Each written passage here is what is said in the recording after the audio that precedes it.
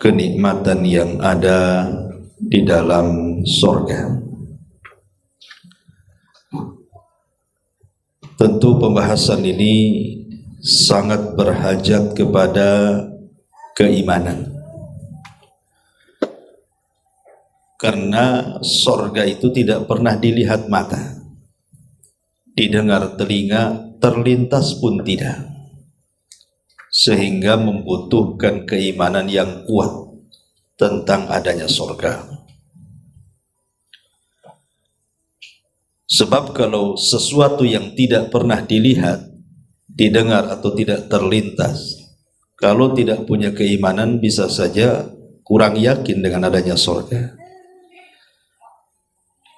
Makanya di dalam surah Al-Baqarah, di permulaan surat, ketika Allah Subhanahu wa ta'ala menyebutkan tentang ciri-ciri orang yang bertakwa, maka yang pertama kali Allah katakan alladzina yu'minuna bil ghaib, orang-orang yang mengimani dengan yang gaib. Ma'asyiral muslimin wal muslimat rahimani wa rahimakumullah.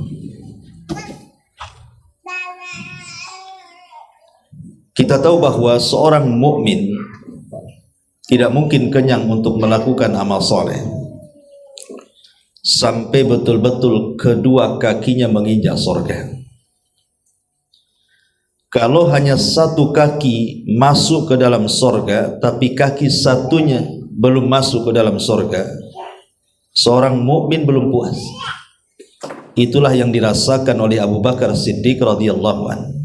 Kata Abu Bakar, kalau kakiku baru satu masuk ke dalam surga dan yang lainnya belum, maka aku belum merasa aman, kecuali dua-duanya betul-betul masuk ke dalam surga. Sebelum kita bentangkan tentang apa saja kenikmatan-kenikmatan surga itu, sedikit kita akan bicara tentang bagaimana salafun saleh, para salaf,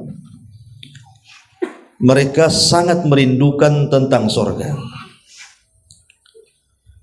Sebut saja di zaman Nabi Shallallahu Alaihi Wasallam ada seorang sahabat namanya Rabi'ah ibnu Ka'ab radhiyallahu anhu.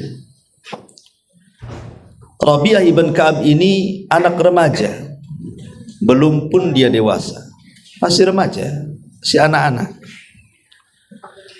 Dia suka membantu Nabi Shallallahu Alaihi Wasallam, terutama menyediakan tempat wudu dan juga air wudu beliau, ataupun hal-hal yang berkaitan dengan kebutuhan Nabi Shallallahu Alaihi Wasallam. Sampai terkadang di malam hari beliau tidak tidur, takut satu hari Nabi Shallallahu Alaihi Wasallam memanggil dia dan berhajat memerlukan sesuatu. Jadi karena melihat kebaikan Rabi'ah ibn Ka'ab ini, ingat Nabi itu tidak pernah melupakan kebaikan orang. Beda dengan kita, kadang kita ini mudah kali itu melupakan kebaikan orang. Walaupun sebaik apapun kita awalnya, kalau ada konflik itu rasanya di mata kita dia itu belum pernah berbuat baik. Itu kalau kita.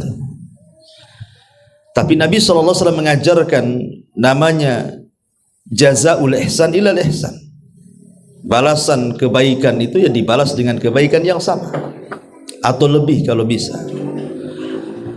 Jadi Nabi SAW mengatakan kepada Rabi'ah ibn Ka'ab radhiyallahu anhu dan mengatakan, ya Rabi'ah, kalau engkau ingin menghendaki sesuatu, salini ma syi'ta, mintalah sesukamu kepadaku. Kira-kira mau apa?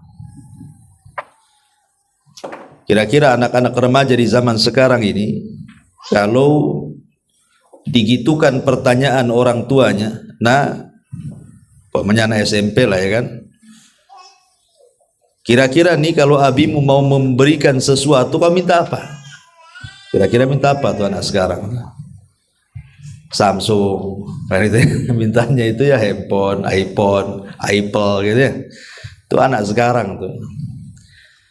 Tapi Rabi'ah ibn Ka'ab ini ketika ditanya oleh Nabi SAW minta apa, jawabannya mungkin bagi dia luar biasa, bagi dia biasa, tapi bagi kita luar biasa.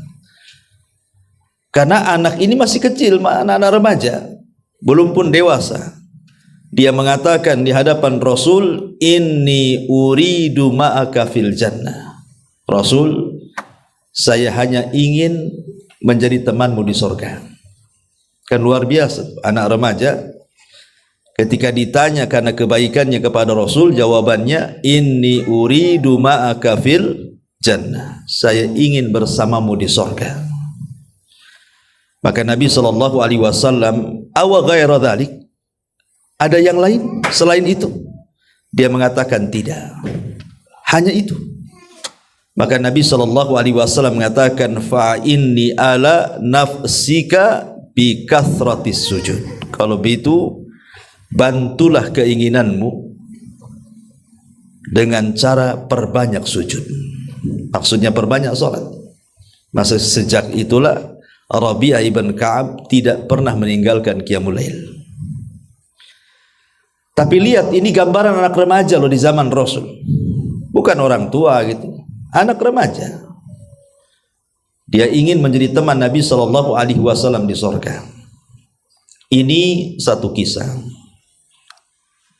Kisah yang lain adalah datang daripada Ukasah ibn Mihsan.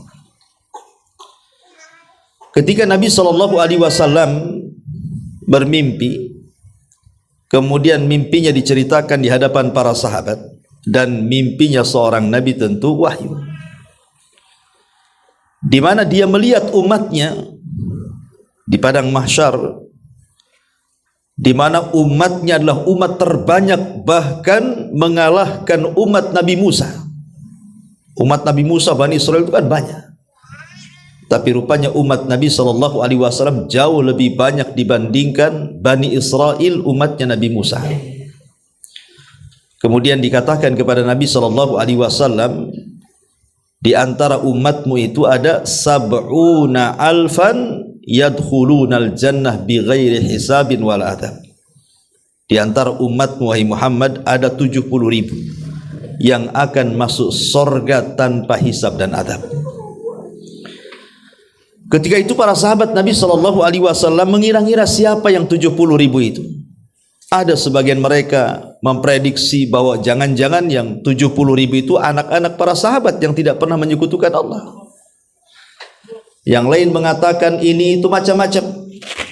Tapi Nabi SAW mulai menjelaskan yang dimaksud 70.000 itu artinya bukan orang, tetapi siapapun yang tersifati dengan 4 sifat.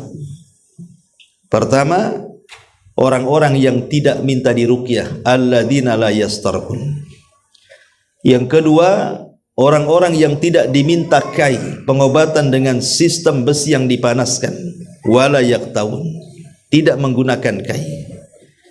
Kemudian yang ketiga, wala yatatayyarun, tidak tatayyur, menjadikan sesuatu itu untung atau buntung hanya karena suara atau sesuatu yang dilihat, yang didengar, yang dimimpikan, atau apa namanya. Dan yang keempat, wa ala rabbihim yatawakkalun, dan orang-orang yang senantiasa tawakal kepada Allah. Ketika Nabi SAW menyebutkan 4 kriteria ini, tiba-tiba seorang sahabat namanya Ukasah ibn Mihsan berdiri dan mengatakan, ya Rasulullah, doakan aku termasuk yang 70.000 itu. Maka Rasul mengatakan, anta minhum, kalau begitu engkau termasuk mereka. Ketika Rasul mengatakan kepada Ukasah, engkau termasuk mereka, semua sahabat berdiri mengatakan, kami juga wahai Rasul, doakan. Tapi Rasul mengatakan, sabaqakum biha Ukasah, oh tidak bisa, Ukasah sudah mendahulukan kalian semuanya.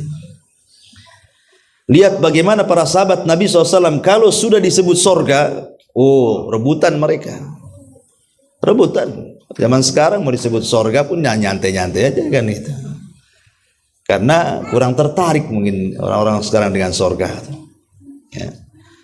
Ini yang kedua. Yang ketiga, Ada seorang sahabat namanya Umair ibnul Hammam. Umair ibnu al-Hammam radhiyallahu an. Saat perang Badar, Umair ibn Hammam ini di tangannya memegang beberapa kurma. Kemudian Nabi SAW membacakan ayat tentang keluasan sorga. Kata Nabi SAW, Allah berfirman bahwa sorga yang dijanjikan kepada orang-orang yang beriman itu adalah luasnya selangit dan sebumi.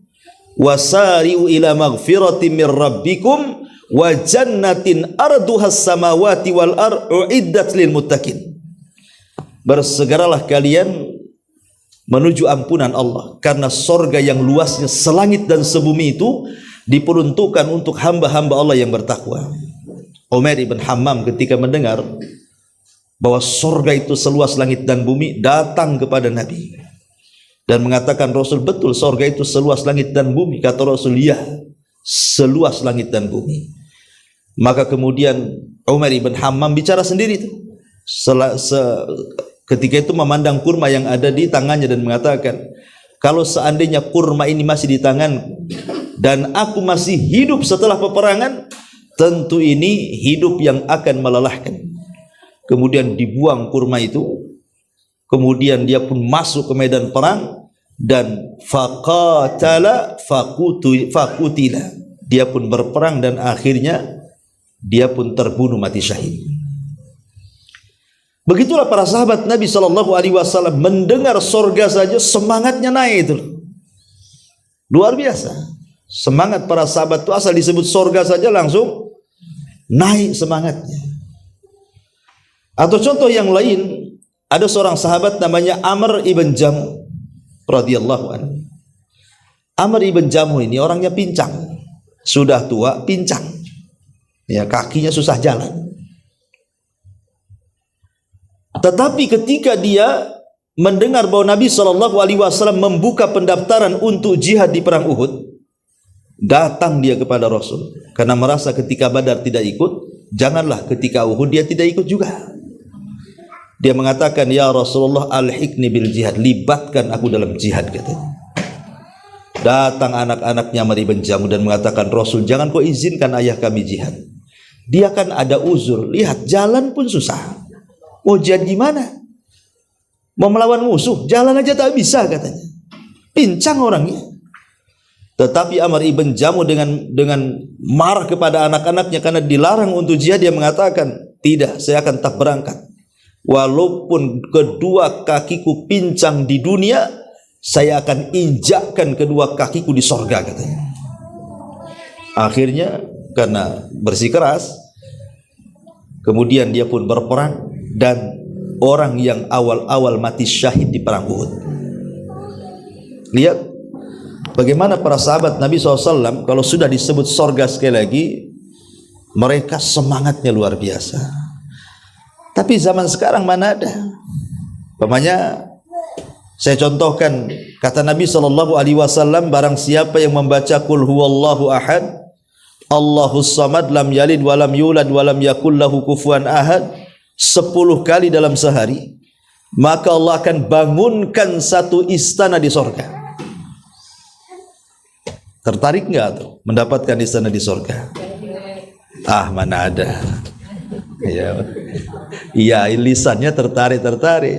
Tapi mengamalkan Qul huwallahu 10 kali sehari emang diamalkan tuh. Alhamdulillah. Oke lah ibu-ibu, bapak-bapak. Nggak yakin ya bapak ini. Tapi dari sini bagaimana Nabi SAW ya memberikan amalan mudah tetapi pahalanya besar kan? Baca Qul huwallahu 10 kali kan nggak lama tuh. Bukan Qul huwallahu begitu. Ya diselesaikanlah Qul huwallahu ahad, Allahus samad, lam yalid walam yulad walam yakul lahu kufuwan ahad. 1 kan itu. Nanti lagi 1, sehari 3, pagi 3, siang 3, sore 3, malam 1. Nah, kan 10 dia kan. Ah, itu kan mudah tuh. Tapi berapa banyak orang yang berat melakukannya, padahal itu amalan ringan. Bagaimana kalau harus jihad? Yang ringan saja kadang-kadang malas untuk diamalkan tuh. karena kesibukan kita dengan dunia melalaikan kehidupan akhirat. Tapi salafun as-salih memberikan semangat kepada kita. Apabila disebut sorga, maka mereka akan bergerak semuanya. Lah harusnya kita seperti itu. Kenapa mereka seperti itu? Karena mereka paham bahwa tujuan mereka hidup itu memang untuk masuk sorga, bukan untuk yang lainnya. Termasuk tujuan hidup kita kan ingin masuk sorga. Untuk apa emangnya? Ya, kalau ingin, kecuali ingin masuk sorga, karena usia kita terbatas di dunia. Umur dunia itu sesuai dengan umur kita. Kalau kita meninggal di usia 50 tahun, ya dunia 50 tahun lah bagi kita, itulah dunia. Ya. Ma'asyiral muslimin wal muslimat rahimani wa rahimakumullah. Baik, kita akan masuk kepada kenikmatan sorga. Sorga itu menurut definisi para ulama adalah darun a'addallahu lil muttaqin waliman asaminal muwahhidin. Satu tempat yang diperuntukkan Allah Subhanahu wa taala untuk orang-orang yang bertakwa, dan diperuntukkan Allah untuk orang-orang yang ahli maksiat tetapi dari kalangan ahli tauhid. Kenapa ada definisi sorga juga diperuntukkan selain orang yang bertakwa adalah untuk orang-orang ahli maksiat dari kalangan ahli tauhid. Ini definisi yang terakhir, ini bantahan kepada orang-orang khawarij. Karena orang-orang khawarij, mereka mengatakan kalau orang sudah masuk neraka tidak akan keluar. Orang kalau sudah dimasukkan ke neraka itu mustahil dikeluarkan dari neraka. Tapi hadis sunnah wal jamaah meyakini kebalikannya. Tidak semua orang yang masuk ke neraka itu dikekalkan di dalamnya. Hanya orang-orang yang kufur atau mati di atas kekafiran atau mati di atas kesyirikan, ya dikekalkan di dalamnya. Tapi orang yang kemudian mati di atas dosa besar, maka ada kesempatan tahta masyiatillah, di bawah kehendak Allah Subhanahu wa taala. Kalau Allah mau, Allah ampuni. Kalau Allah tidak mau, ya Allah azab dulu, tetapi tetap suatu hari akan dikeluarkan dari neraka dan dimasukkan ke dalam sorga. Itulah keyakinan ahli sunnah. Makanya definisinya sorga itu adalah sebuah tempat yang diperuntukkan untuk orang-orang yang bertakwa dan ahli maksiat dari kalangan ahli tauhid. Itu definisi tentang sorga. Kemudian yang perlu dipahami bahwa sorga itu disebut darun naim. Naim itu artinya nikmat. Disebut naim itu karena nikmatnya tidak pernah diputus dan tidak pernah terputus. Makanya Allah mengatakan innal abrara lafi naim. Sesungguhnya orang-orang baik itu di sorga berada di atas kenikmatan. Maksudnya kenikmatan yang tidak mungkin terputus dan akan senantiasa di atas kenikmatan. Bahkan kenikmatannya itu yazdad wa yazdad, bertambah dan bertambah.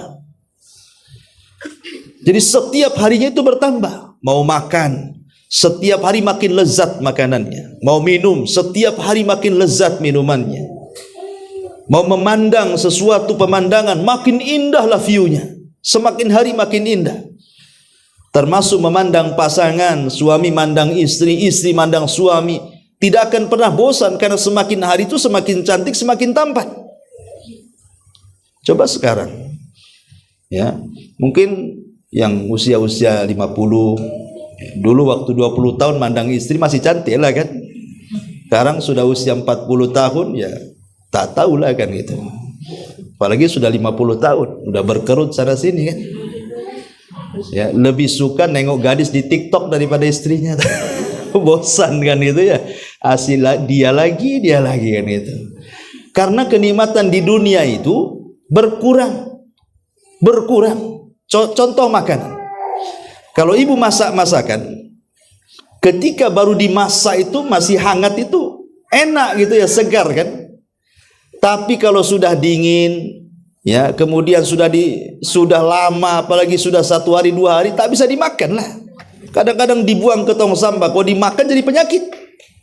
Itu makanan di dunia tuh. Minuman juga sama. Kita buat apa namanya, teh obeng atau apa gitu ya. Gak usah diminum 1 minggu, taruh aja di meja tuh. Minggu depan diminum. Coba kalau nggak dipastikan mencret, ya tak tahu lah kan gitu. Artinya bahwa makanan minuman saja semakin hari itu semakin berkurang tuh nikmatnya.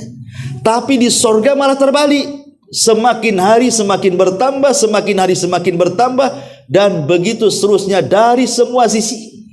Dalilnya adalah sukul jannah. Dalilnya pasar sorga.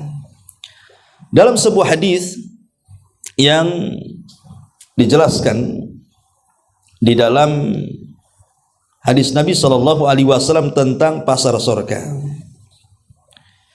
kata Nabi SAW, inna fil jannati lasuqa, sesungguhnya di sorga itu ada pasar. Jangan dibayangkan pasar sorga itu kayak pasar Nagoya, enggak ya, atau pasar jodoh, pasar induk, ya kan, becek, ya. Nggak kayak gitu. Ya, pasar sorga itu beda, dan tidak ada orang jualan di situ, tidak berisik, tidak rame. Kalau pasar di Batam mencaci, memaki, sumpah palsu, ada semua di situ. Ya. Kata Nabi SAW, inna fil jannati lasuqa, sesungguhnya di sorga itu ada pasar. Ya'tunaha kulla jum'atin, yang didatangi oleh para penghuni sorga itu setiap hari Jumat. Maksudnya istilah Jumat itu ada hanya di dunia. Kalau di sorga itu bukan istilah Jumat, tetapi Yaumul Mazid namanya. Ya, di dunia disebut hari Jumat, kalau di sorga disebut hari Mazid. Disebut Mazid itu artinya tambahan nikmat. Kemudian kata Nabi SAW, fatahubburi hashimal fatakhuthu fi wujuhihim wa thiyabihim fayazdaduna husnan wa jamala. Kata Nabi SAW, tiba-tiba bertiuplah angin dari utara mengenai wajah dan pakaian penduduk sorga, hingga mereka semakin indah dan semakin tampan. Fayarji'una ila ahlihim, mereka pun kemudian pulang menemui pasangan-pasangan mereka.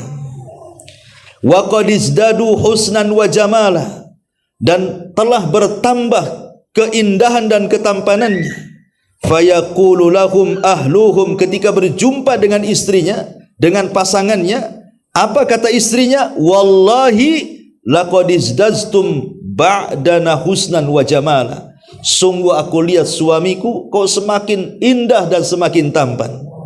Maka para suami mengatakan kepada istrinya, wa antum wallah laqad izdaztum ba'dana husnan wa jamala, kalian juga sama, makin cantik, makin indah, makin molek, makin membuat tertarik, dan begitu seterusnya.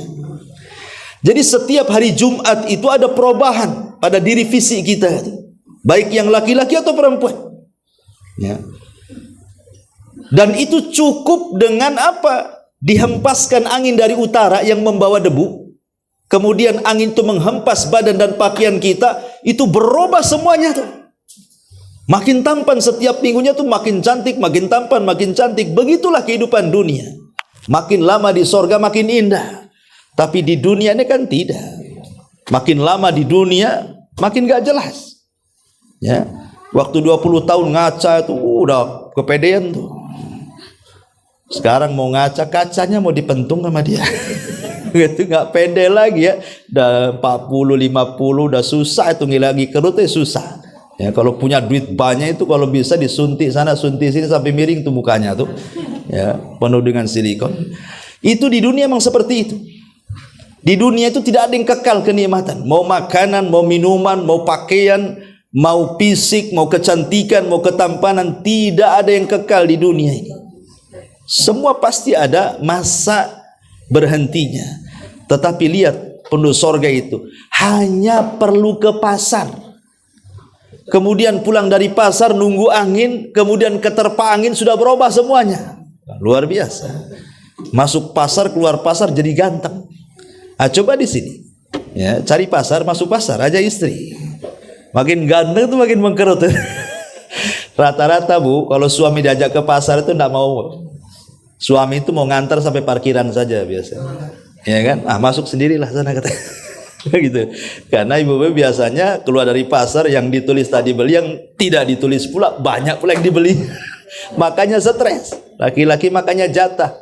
Ini yang dibeli ya, jangan lupa kan itu. Nah, dari sini menunjukkan bahwa hadis tentang sukul jannah ini adalah hadis yang sangat kuat tentang bahwa kenikmatan di sorga itu kenikmatan yang senantiasa bertambah. Ini satu poin tentang masalah sorga. Taib ma'asyiral muslimin wal muslimat rahimani wa rahimakumullah. Kita bicara tentang tingkatan. Sorga itu bukan satu, tapi bertingkat-tingkat. Di dalam Al-Quran surah Al-Imran ayat 163 Allah katakan, hum darajatun indallahi wallahu basirum bima ta'malun. Kedudukan mereka di sorga itu bertingkat-tingkat di sisi Allah, dan Allah maha melihat apa yang mereka kerjakan. Di dalam hadis Nabi SAW, Allah subhanahu wa ta'ala akan memanggil penduduk sorga. Kemudian Allah subhanahu wa ta'ala akan katakan kepada penduduk sorga itu, Iqra wartaq, bacalah Al-Quran dan naiklah kau ke atas. Warattil kama kunta turattil fid dunya, tapi tartilkan bacaan sebagaimana engkau mentartilkan bacaanmu di dunia. Fa inna manzilataka inda akhiri ayatin taqrauha, karena kedudukanmu di sorga itu, tingkatanmu di sorga itu sesuai dengan akhir yang kau baca dari ayat Al-Quran di dunia. Syekhul Islam Ibn Taimiyah rahimahullahu ta'ala mengatakan, ketika memberikan catatan kepada hadis ini, beliau beristinbat bahwa sorga itu memiliki banyak tingkatan, dan tingkatan di sorga itu sejumlah ayat dalam Al-Quran. Berapa jumlah ayat dalam Al-Quran? 6.600 kurang lebih, atau 6.500 kurang lebih tingkatan, sesuai dengan jumlah ayat masalahnya. Tapi ada sebagian ulama mengatakan bukan sesuai jumlah ayat, tetapi sesuai dengan jumlah huruf. Bayangkan, kalau sesuai dengan jumlah huruf, berapa tingkatan tuh? Huruf di Quran aja berapa ribu tuh. Sementara dari satu tingkatan ke tingkatan berikutnya itu antara langit dan bumi sejauh 500 tahun perjalanan tuh. Menunjukkan bahwa surga itu luas dan banyak tingkatannya. Dan salah satu yang menentukan tingkatan di surga adalah qiraatul Quran. Orang yang gemar dan suka membaca Quran. Karena dalam hadis ini Allah akan memanggil para penghafal Quran, orang-orang yang hobi membaca Quran. Kemudian Allah katakan, baca Quran, menunjukkan bahwa Quran itu dibaca sampai ke surga tuh. Bukan hanya di dunia saja kita baca Quran, ke surga pun kita baca Quran. Karena Allah mengatakan, bacalah Al-Quran, naik. Maksudnya naik itu terbanglah kau, cari tingkatanmu. Ketika naik itu sambil baca Quran, tartilkan bacaanmu sebagaimana kau tartilkan di dunia. Nanti engkau akan berhenti di tingkatan disesuaikan dengan akhir yang kau baca ayat di dunia. Disitulah tingkatanmu katanya. Subhanallah ya.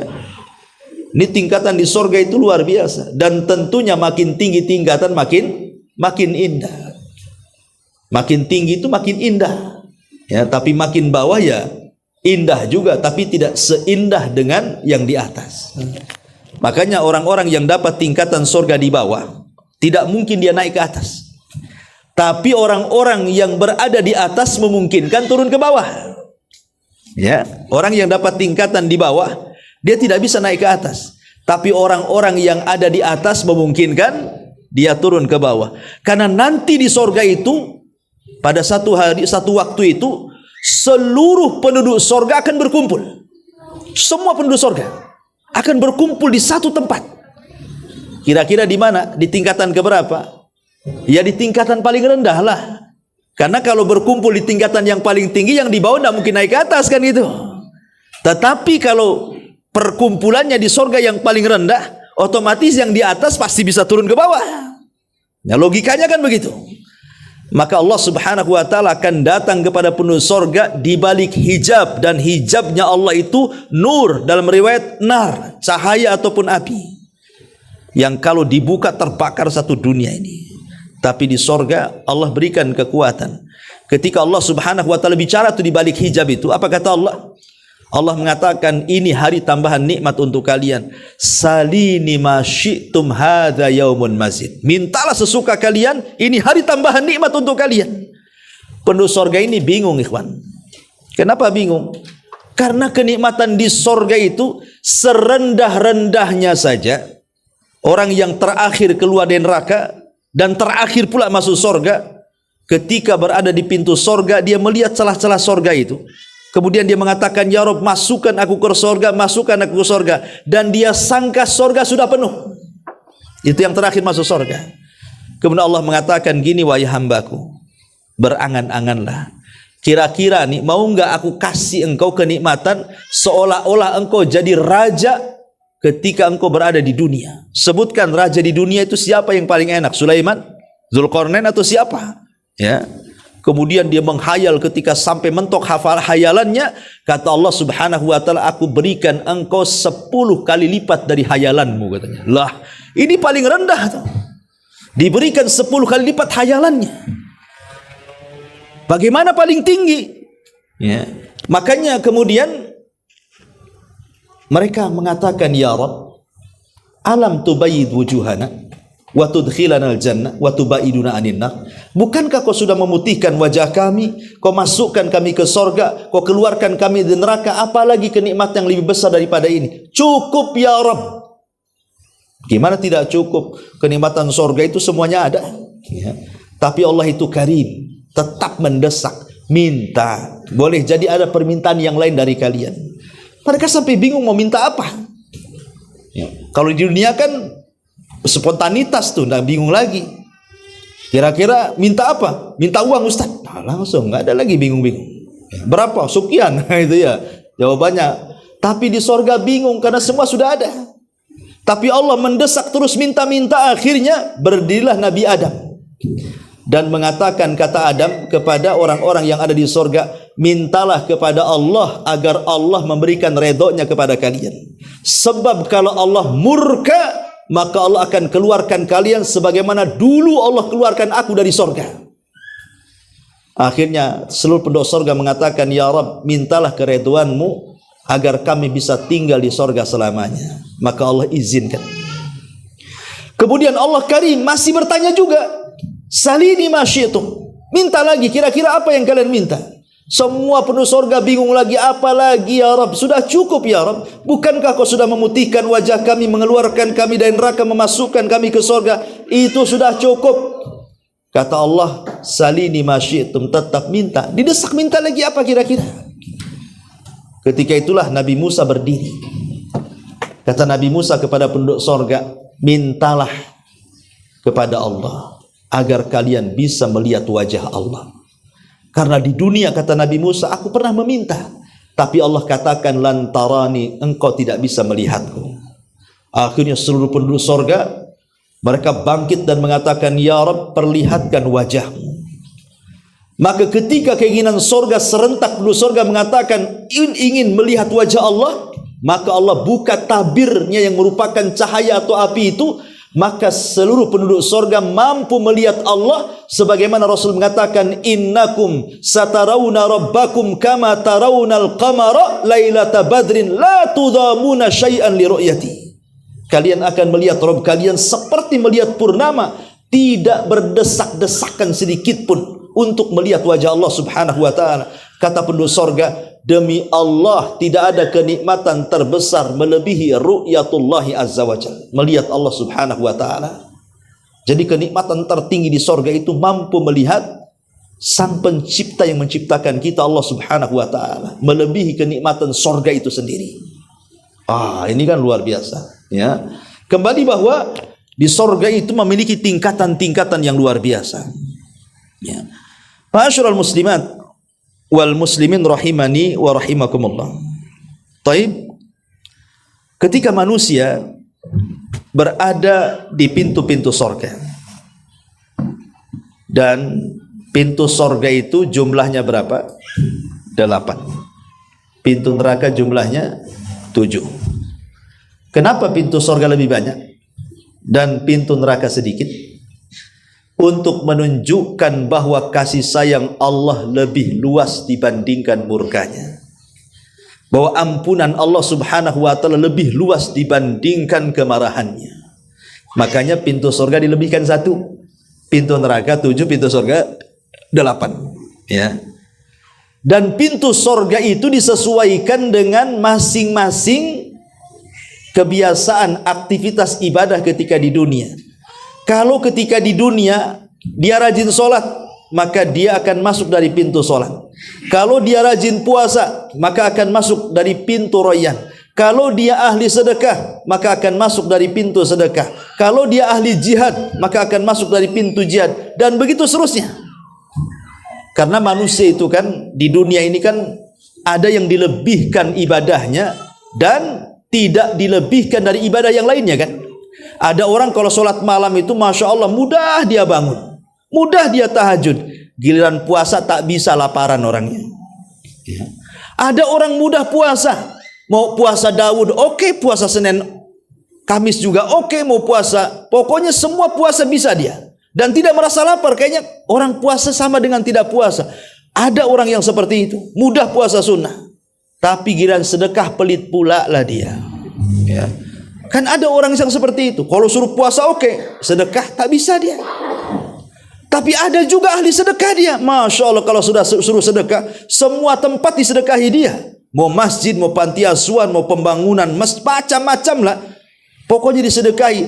Giliran sholat malam tak bisa, ya, ngantukan orangnya, ya. Jadi kan di dunia itu kan macam-macam tuh.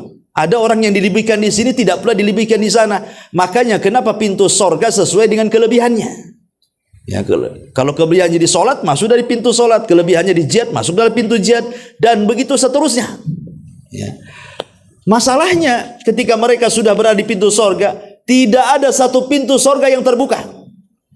Berusaha dibuka pun tidak bisa, karena malaikat tidak mengizinkan untuk membukanya. Semua para nabi tidak bisa membukanya, kecuali Nabi kita Muhammad sallallahu alaihi wasallam. Mulailah dia mendekat pintu sorga, kemudian dia mengetuk pintu sorga, Assalamualaikum.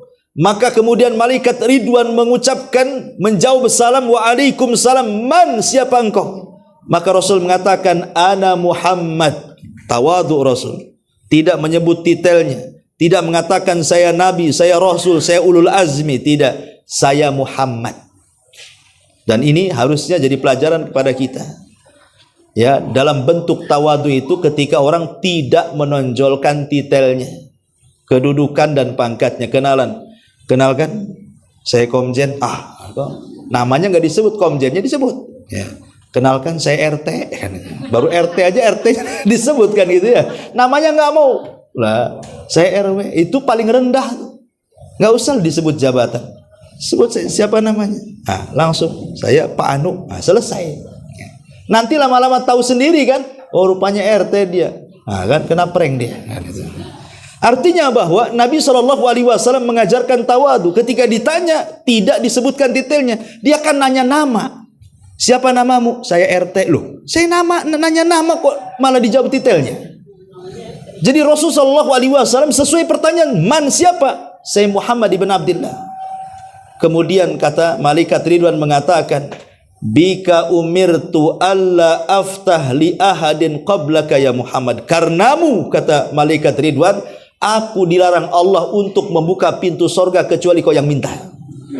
Karena kau yang minta, maka malaikat Ridwan memerintahkan semua malaikat penjaga pintu sorga untuk membuka semua pintu. Kemudian masing-masing pintu ada yang berteriak sesuai dengan nama pintunya. Kalau orang-orang yang ahli solat, ya ahlas salah, hei ahli solat di sini, jangan ke situ. Nah gitu maksudnya. Nanti ahli solat berkumpul di pintu solat. Dan begitu seterusnya, ya. Ketika kemudian semua sudah masuk ke dalam sorga, tidak ada yang tersisa. Dan ahli nar juga sudah masuk ke dalam nerakanya. Ahli jannah sudah masuk ke dalam sorganya. maka disitulah Allah Subhanahu wa ta'ala akan datangkan kematian dalam bentuk kambing gibas. Jadi kematian itu dibentuk dalam bentuk kambing. Kemudian diletakkan bainal jannati wan nar, di antara surga dan neraka. Kemudian Allah menyembelih kematian dan Allah memerintahkan penyeru untuk menyeru, ya ahlal jannah fala mautalakum wa ya ahlan nar fala mautalakum. Hei penduduk surga, tidak ada kematian bagi kalian. Hei penduduk neraka, tidak ada lagi kematian, karena kematian sudah disembelih, sudah mati. Kalau kematian sudah mati, mana tidak ada mati? Ya, karena kematian itulah yang membuat orang mati kan. Sementara kematiannya sudah mati, berarti tidak ada kematian lagi. Ketika tidak ada kematian, maknanya penduduk sorga akan kekal dengan sorganya, dan penduduk neraka akan kekal dengan nerakanya. Na'udzubillah. Lah ketika penduduk sorga masuk pertama kali ke sorga, kira-kira apa yang dimakan pertama?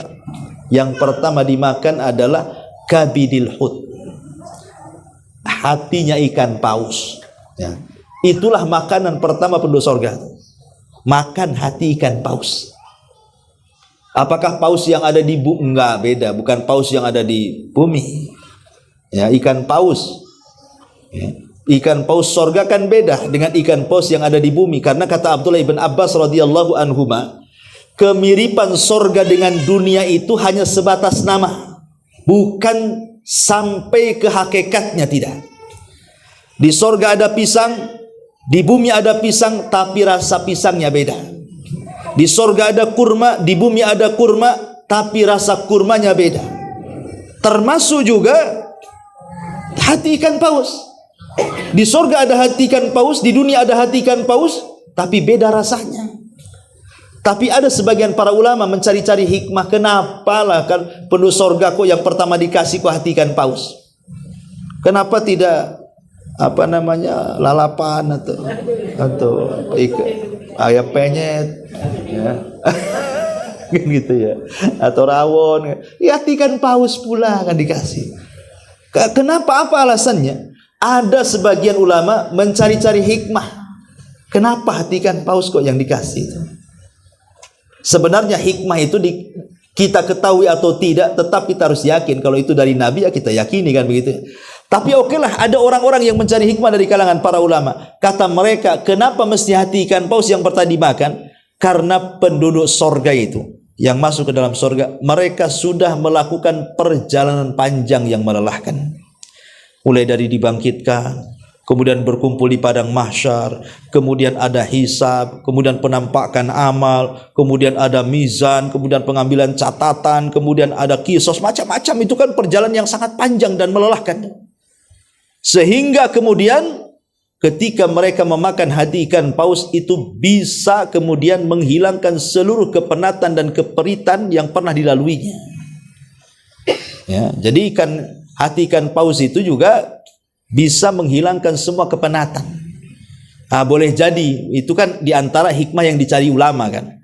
Adapun walaupun kita tidak tahu hikmahnya, yang jelas samina wa ata'na sajalah. Rasul yang mengatakan seperti itu.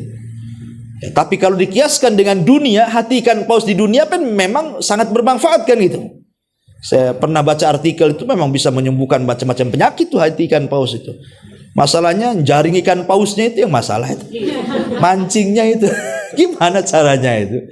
Mau ngambil hatinya itu. Ya. Jadi ma'asyiral muslimin yang dimuliakan Allah Azza wa Jalla. Jadi ketika mereka memakan hati ikan paus disodorkan minuman. Minuman yang pertama apa? Wedang jahe. Nah, yang pertama zanzabil. Ya. Itulah yang pertama diminum penduduk surga, zanzabila. Itu bahasa kitanya wedang jahe itu. Tapi bukan wedang jahe di SSS ini, enggak. Ya, beda wedang jahe yang di surga kan.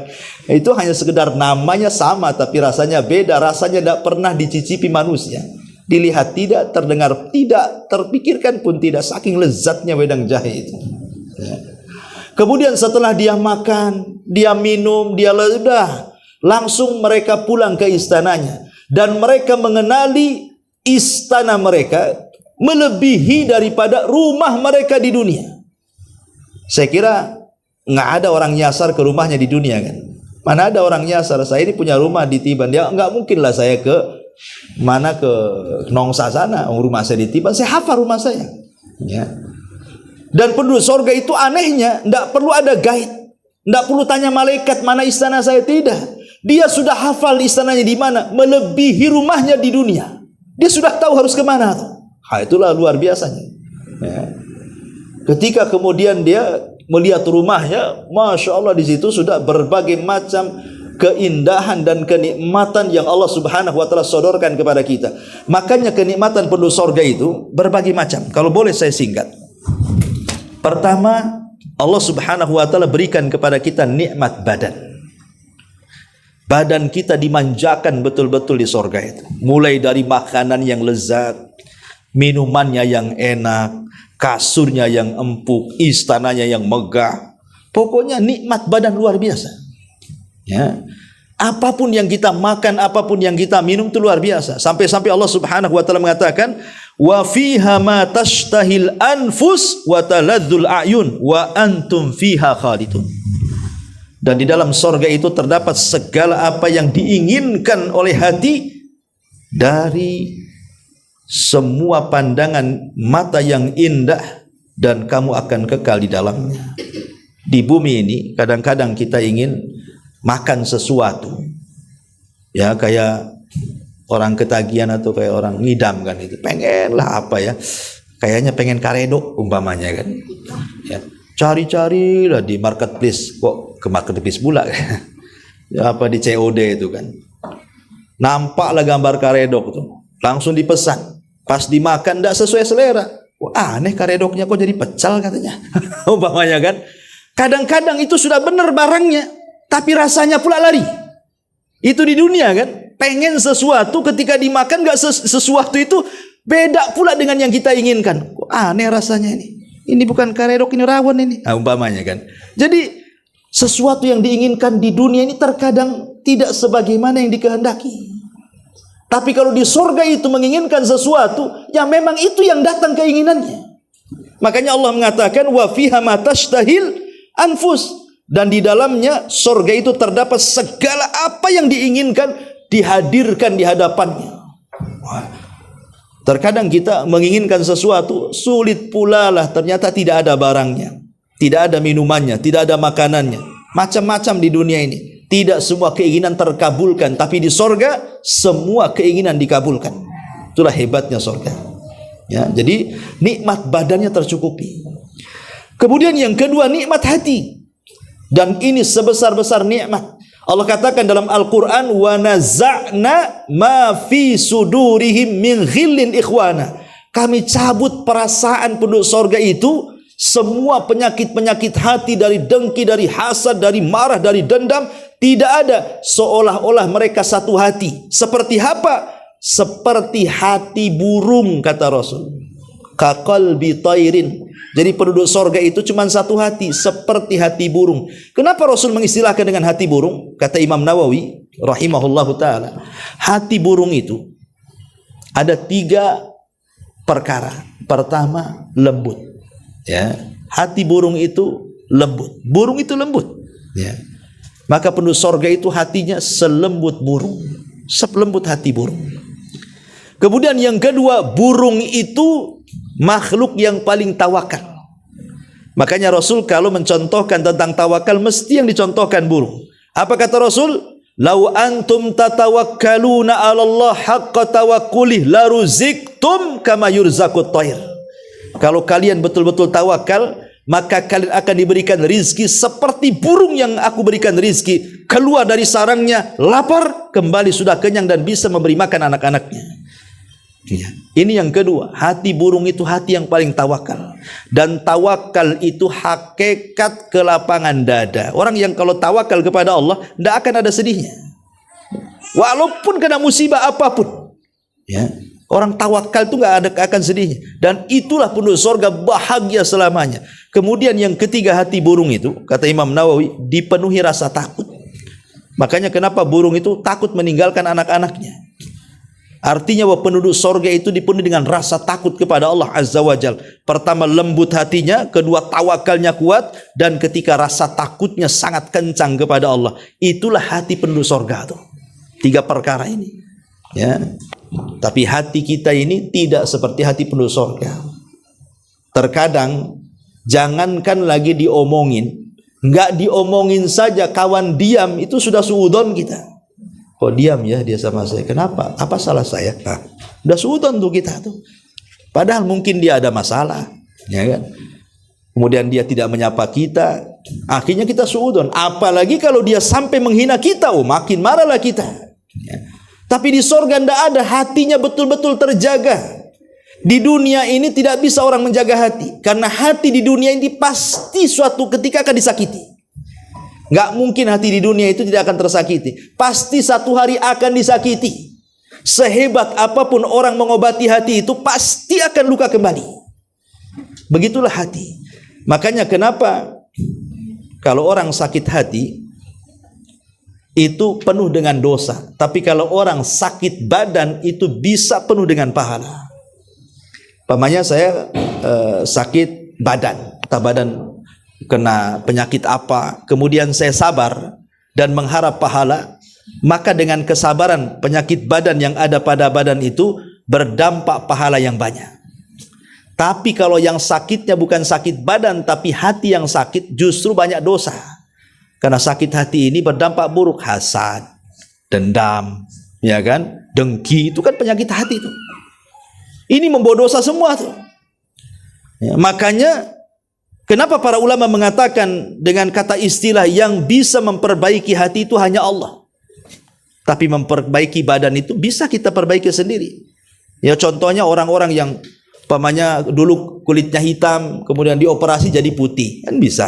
Atau sebaliknya, yang jadi putih dihitamkan bisa, kasih oli aja kan begitu. Ya.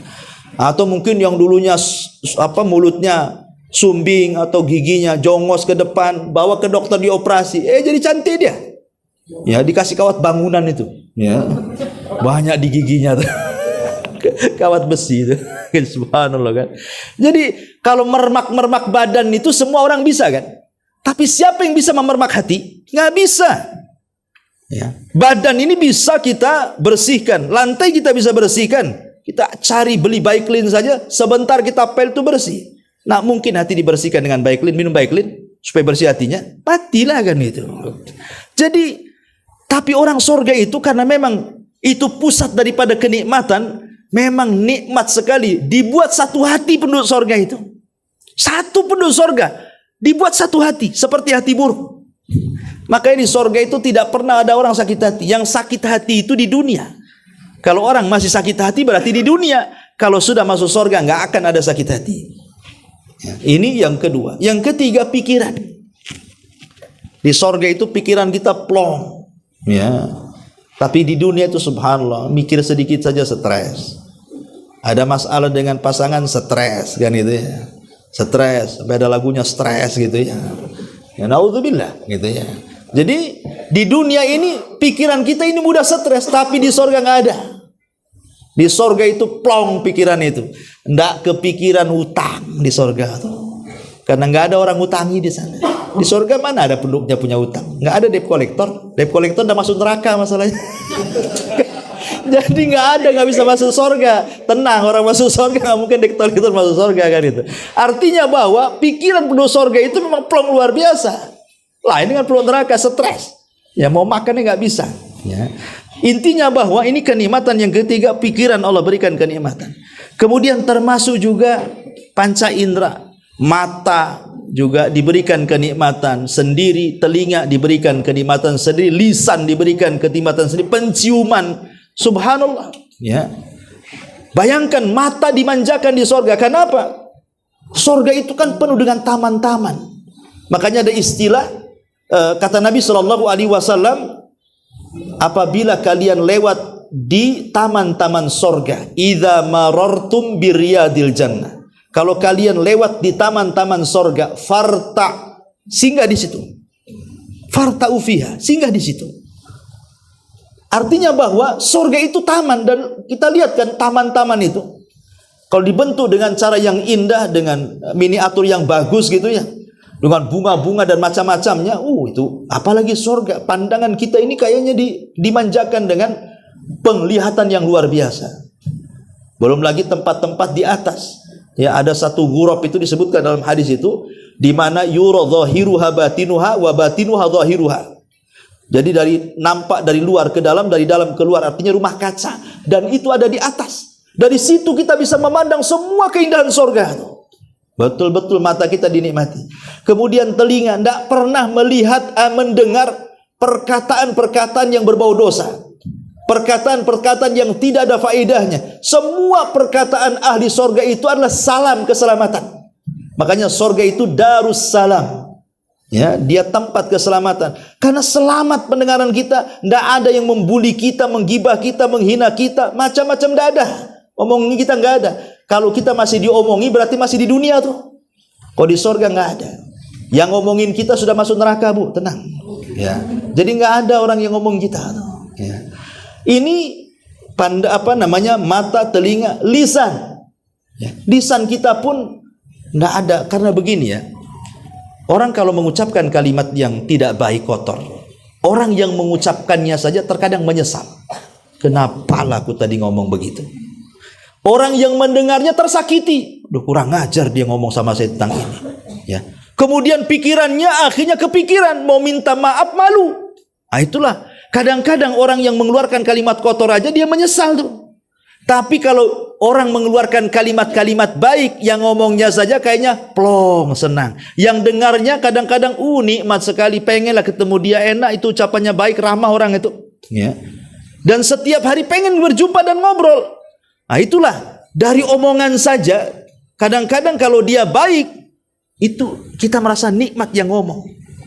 Kalau kita ngomong jelek, yang ngomongnya saja kadang-kadang menyesal. Kenapa sih tadi ngomong begitu? Akhirnya dia tersinggung dengan saya. Padahal saya tidak sadar ngomong begitu. Padahal sadar, sudah dirancang di rumahnya tuh. Kadang-kadang orang itu tidak disadari ucapannya itu menyakiti orang. Tapi di sorga subhanallah, Allah berikan tuh ucapan-ucapan yang indah. Termasuk juga tempat tinggal. Ya. Rumah semua dari emas dan dari perak, istananya sampai ke pohon-pohon batangnya dari emas. Kata Nabi SAW, tidak ada pohon di surga kecuali batangnya dari emas tuh. Batangnya dari emas. Ya, kalau sekarang ada masjid kok kubahnya warna kuning, itu dicat emas nih. Bukan emas, dicat emas, boleh jadi ada emasnya, tapi nggak sedikit kan itu. Ya, dan kalau ada masjid kubahnya emas, dia besok diambil orang lah. Datang tuh pemulung diambil tuh walaupun ke atas. Intinya bahwa disitulah kenikmatan-kenikmatan yang luar biasa. Oke, untuk mengakhiri karena waktu juga. Satu hadis Nabi SAW atau dua hadis. Dengan singkat, hadis dari Abi Sa'id Al-Khudri radhiyallahu anhu, Nabi SAW mengatakan, "Idza dakhala ahlul jannah al-jannah, yunadi munadin." Apabila penduduk sorga masuk ke dalam sorga, maka Allah akan kirim penyeru. Apa seruannya? 4 seruan. 1. Innalakum antahyau fala tamutu abada. 1. Kalian akan tetap hidup dan kalian tidak akan pernah mati selamanya. 2. Ya. Innalakum antasihu falatasqamu abada. Kalian akan tetap sehat dan tidak akan disentuh penyakit selamanya. 3. Fa innalakum antashibbu falatahramu abada. Kalian akan senantiasa dimudahkan dan tidak pernah akan dituakan selamanya. Dan yang terakhir, wa innalakum antan'amu falatab'asu abada. Dan kalian akan selalu merasakan nikmat dan tidak pernah disentuh dengan keputusasaan selamanya. Lihat, ini 4 nikmat yang luar biasa kan. Pertama, hidup terus dan tidak akan pernah mati. Terkadang ada orang stres gara-gara mikir mati, Bu. Ada orang stres itu mikir mati aja. Takut saya mati, Ustaz kan. Ya semua takutlah mati. Tapi ada orang yang stres gara-gara mikir kematian tuh. Gimana kalau saya mati ya? Atau belum mati aja dia mengatakan, ini kalau sudah tua saya sakit, siapa yang ngerawat saya? Kepikiran tuh. Ada orang-orang yang kepikirannya sampai menyetreskan dia tuh. Kalau bisa mati mendadak saja. Tapi mikir, oh nggak mau juga saya mati katanya. Ya. Kan gitu ya. Ada orang yang stres gara-gara mikir mati, tapi di sorga nggak perlu stres karena nggak ada kematian. Nggak akan disentuh kematian, nggak akan stres dengan mikir mati. Yang kedua, Orang stres itu karena mikir penyakit. Gara-gara orang itu disentuh dengan penyakit, terkadang harus berbulan-bulan, bertahun-tahun, kena stroke, kena serangan jantung, kena gula, kena kolesterol, kena macam-macam penyakit. Kadang-kadang orang stres, stres.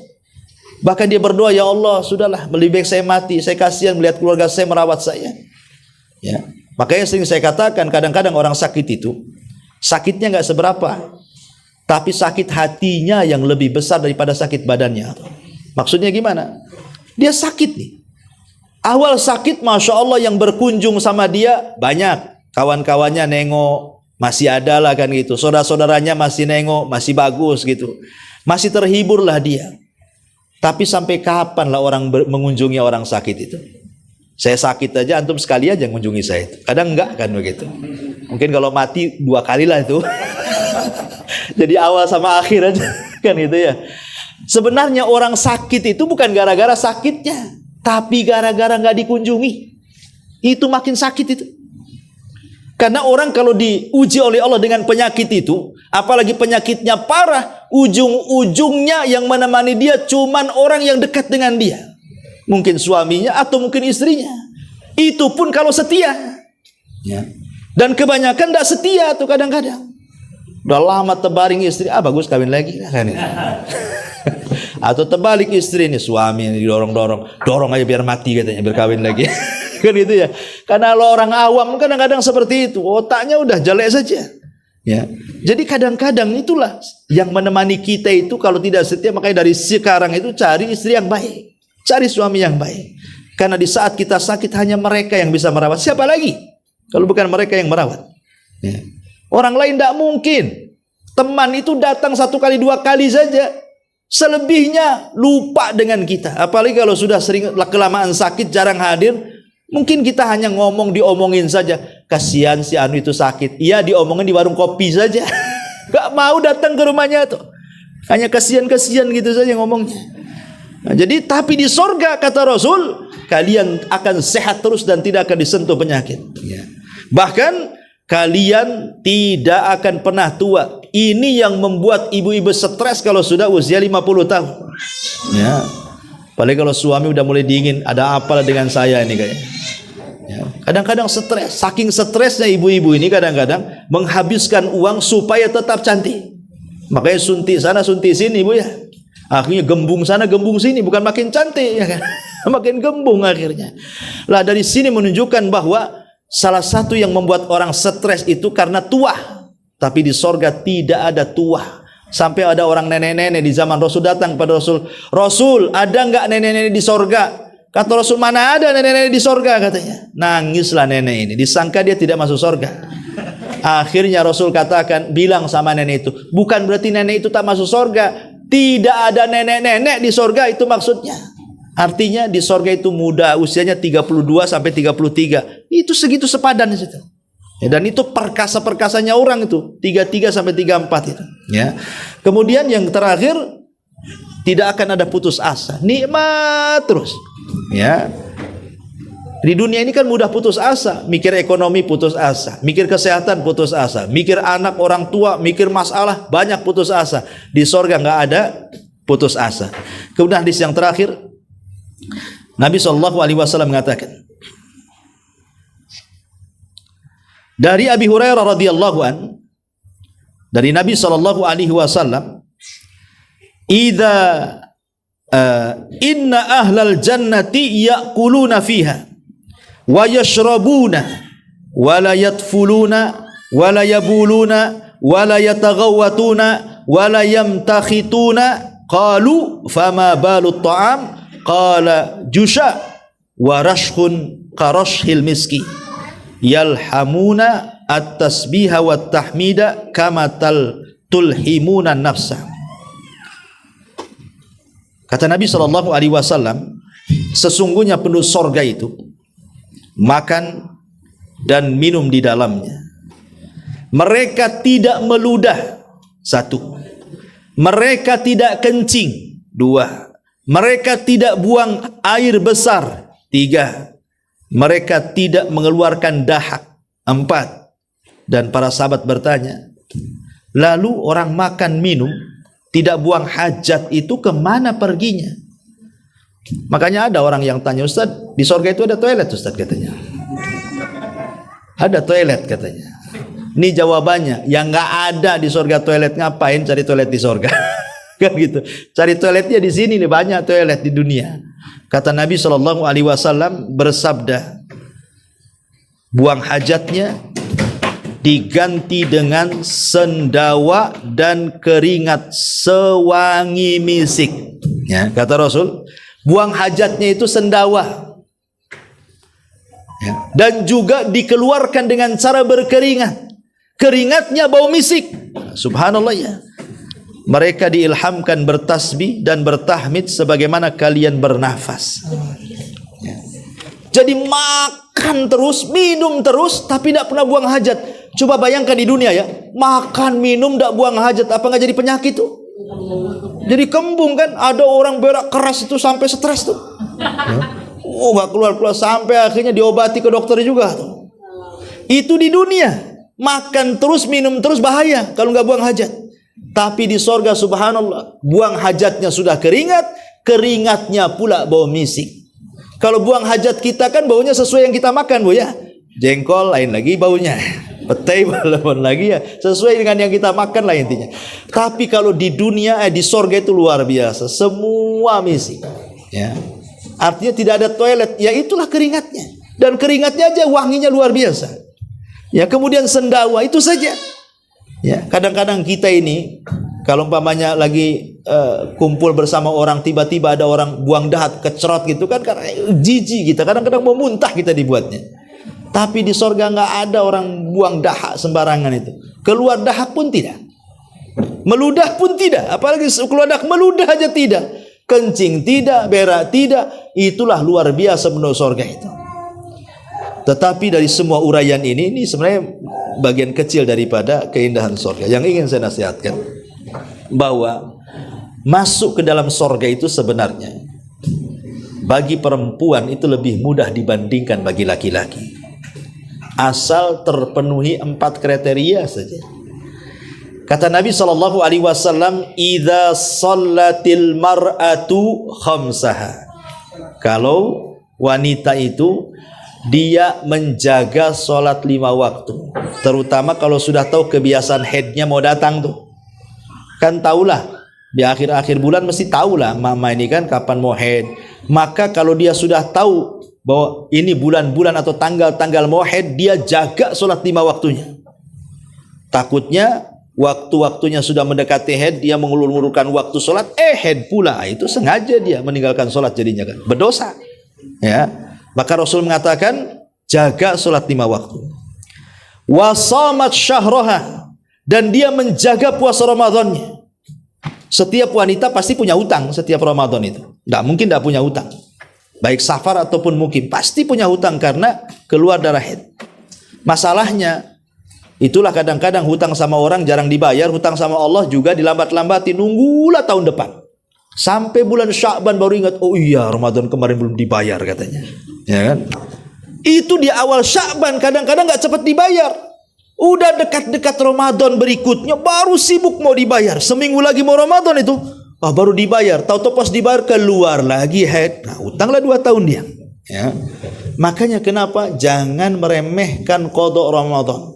Jaga puasa Ramadan.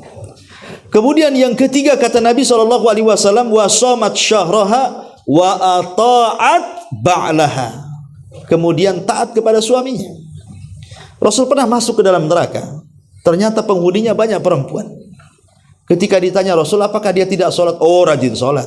Apakah dia tidak puasa? Rajin puasa. Apa nggak baca Quran? Oh, paling rajin dia baca Quran. Nggak zikir, itu lisannya zikir terus. Lah kenapa masuk neraka?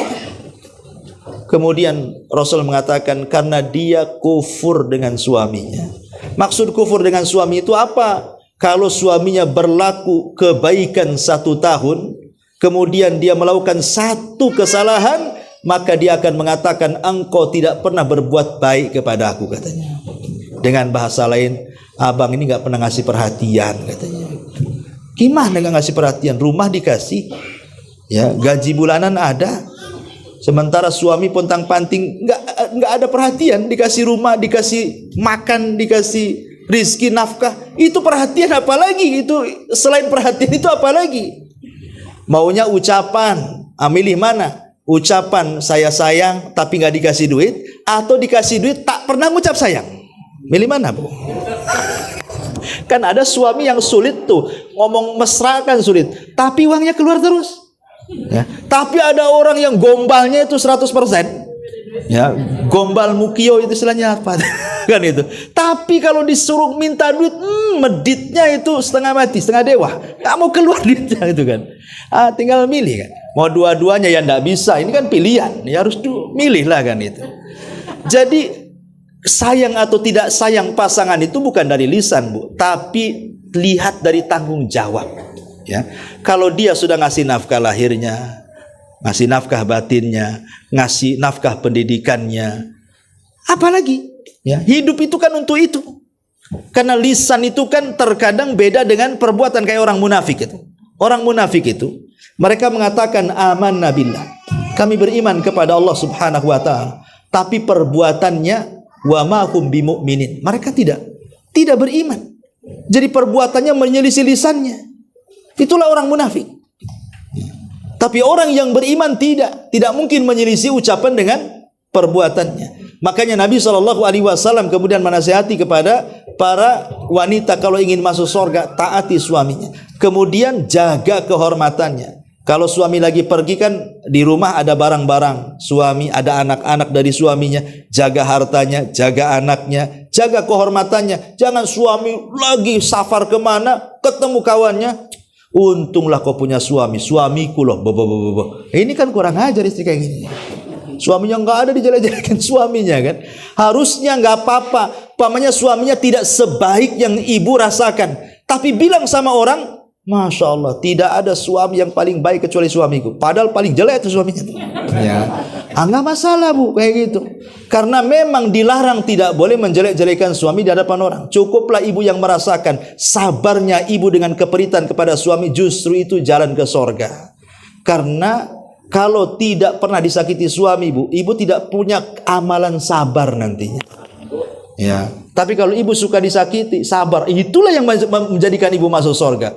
Ya Ustaz, kalau disakiti terus ya nggak tahan lah kan itu. Kan gitu ya.